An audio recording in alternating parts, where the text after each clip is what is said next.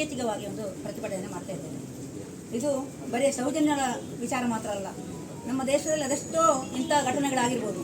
ಈಗಾಗಲೇ ಕೃಷ್ಣ ಶೆಟ್ಟಿ ಅವರು ಹೇಳಿದ ಹಾಗೆ, ಸುರೇಶ್ ಹೇಳಿದ ಹಾಗೆ ಕೆಲವೊಂದು ತೀರ್ಪುಗಳಾಗಿದೆ. ಆದರೆ ಈ 11 ವರ್ಷ ಏನು ತೀರ್ಪನ್ನು ಯಾರನ್ನು ಶಿಕ್ಷೆಗೆ ಯಾರನ್ನು ಇವತ್ತು ಒಳಪಡಿಸಿದ್ದಾರೆ ಅಂತೇಳಿ ಆ ಸಂತೋಷ್ ರಾವ್ ಬರೇ ಒಬ್ಬ ಪಾಪದ ಒಬ್ಬ ವ್ಯಕ್ತಿಯನ್ನು ತಗೊಂಡೋಗಿ ಇವತ್ತು ಅದನ್ನು ಮುಚ್ಚಿ ಹಾಕುವಂಥ ಒಂದು ವ್ಯವಸ್ಥೆಗೆ ಹೋಗಿದ್ದಾರೆ.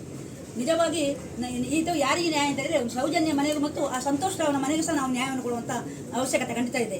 ಯಾಕಂದರೆ ಅವರ ಮನೆಯ ನಾವು ಮೊನ್ನೆ ಚಿತ್ರಣದಲ್ಲಿ ಬರ್ತಾ ಇದೆ ನೋಡುವಾಗ ನಮಗೆ ಬೇಸರ ಆಗ್ತಾ ಉಂಟು. ಅದರ ಡೈಲಿ ನಾವು ಈ ಸೌಜನ್ಯ ಮನೆಗೆ ಹೋದಾಗ ಅವರ ತಾಯಿಯ ಗೋಳು ನೋಡಿದಾಗ ಅದು ನಮ್ಮ ಮಗಳೇ, ನಮ್ಮ ಎಲ್ಲರ ಮಗಳಾಗಿದ್ದಾಳೆ. ಅವರ ಒಂದು ಗೋಳನ್ನು ಇವತ್ತು ನಾವೆಲ್ಲರೂ ಸೇರಿ ಅವರಿಗೆ ನ್ಯಾಯ ಕೊಟ್ಟಾಗ ಮಾತ್ರ ಅವರಿಗೆ ಮನಸ್ಸಿಗೆ ತೃಪ್ತಿ. ಅವರೊಂದು ಮಾತನ್ನು ಹೇಳಿದರು, ಕೇವಲ ನನ್ನ ಮಗಳು ಮಾತ್ರ ಅಲ್ಲ, ಇದು ಅತ್ಯಂತ ಒಂದು ಹೀನವಾದ ಒಂದು ಕೃತ್ಯ. ಈ ಕೃತ್ಯ ಯಾರಿಗೂ ಬರಬಾರ್ದು, ನನ್ನ ಮಗಳು ಮಾತ್ರ ಅದು ನಿಮಿತ್ತ. ಆ ನಿಮಿತ್ತದಲ್ಲಿ ಇವತ್ತು ಯಾವತ್ತೂ ಇಂಥ ಒಂದು ಘಟನೆ ಇಲ್ಲಿ ಆಗಲೇಬಾರ್ದು, ಇನ್ನು ಯಾರಿಗೂ ಈ ಘಟನೆ ಆಗಬಾರ್ದು ಅಂತ ಆ ತಾಯಿ ಹೇಳುವಾಗ ನಮಗೆ ಬಹಳ ದುಃಖ ಆಗ್ತಾ ಉಂಟು. ಅದಕ್ಕೆ ನಾವು ಸಾಂಕೇತಿಕವಾಗಿ ಏನು ಮಾಡಿದ್ದೇವೋ ಇದು ಸಾಂಕೇತಿಕ, ಇದು ಖಂಡಿತವಾಗಿ ನಾವು ಸಾಂಕೇತಿಕವನ್ನು ನಿಲ್ಲಿಸಿಕೊಳ್ಬೋದು. ಯಾಕಂದರೆ ಈಗಿನ ಸರ್ಕಾರ ನೋಡಿದಾಗ ಈಗಾಗಲೇ ಹೇಳಿದ್ರು ಮಂಪರ್ ಪರೀಕ್ಷೆ ಮಾಡಬೇಕು ಅಂತ. ಮಂಪರ್ ಪರೀಕ್ಷೆ ಮಾಡುವ ಮುಖಾಂತರ ಖಂಡಿತವಾಗಿ ಯಾವ ಮಾಡ್ತಾರೋ ಇದು ಖಂಡಿತವಾಗಿ ಹೊರಗಡೆ ಬರ್ತದೆ.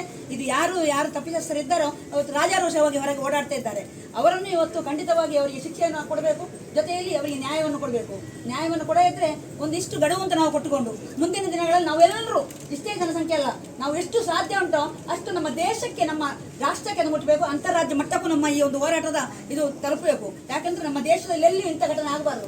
ಮುಂದಿನ ದಿನಗಳಲ್ಲಿ ನಮ್ಮ ದೇಶ ಒಂದು ಪವಿತ್ರವಾದ ಒಂದು ದೇಶ, ಪವಿತ್ರವಾದ ಮಣ್ಣು. ಇದರಲ್ಲಿ ನಮ್ಮಲ್ಲಿ ಇಂಥ ಒಂದು ಘಟನೆಗಳು ಯಾವತ್ತೂ ಆಗಬಾರ್ದು, ಯಾವತ್ತೂ ಆಗಲಿ ನಾವು ಬಿಡಲೇಬಾರದು. ನಾವೆಲ್ಲರೂ ಅಣ್ಣ ತಮ್ಮಂದರು ಸೇರಿ ಪ್ರತಿಯೊಬ್ಬರು ಇದರಲ್ಲಿ ಜಾತಿ ಮತ ಭೇದ ಬಿಟ್ಟು ಎಲ್ಲರೂ ಕಿರಿಯರೆಲ್ಲರೂ ಸೇರಿ ದೊಡ್ಡ ಉಗ್ರವಾದ ಹೋರಾಟವನ್ನು ಮಾಡುವ, ನಾವೆಲ್ಲರೂ ಕೈ ಜೋಡಿಸುವ. ಖಂಡಿತವಾಗಿ ನೀವೆಲ್ಲರೂ ಕೈ ಜೋಡಿಸುವ ವಿಶ್ವಾಸ ನನಗಿದೆ. ಬೋಲೋ ಭಾರತ್ ಮಾತಾ ಕಿ ಜೈ.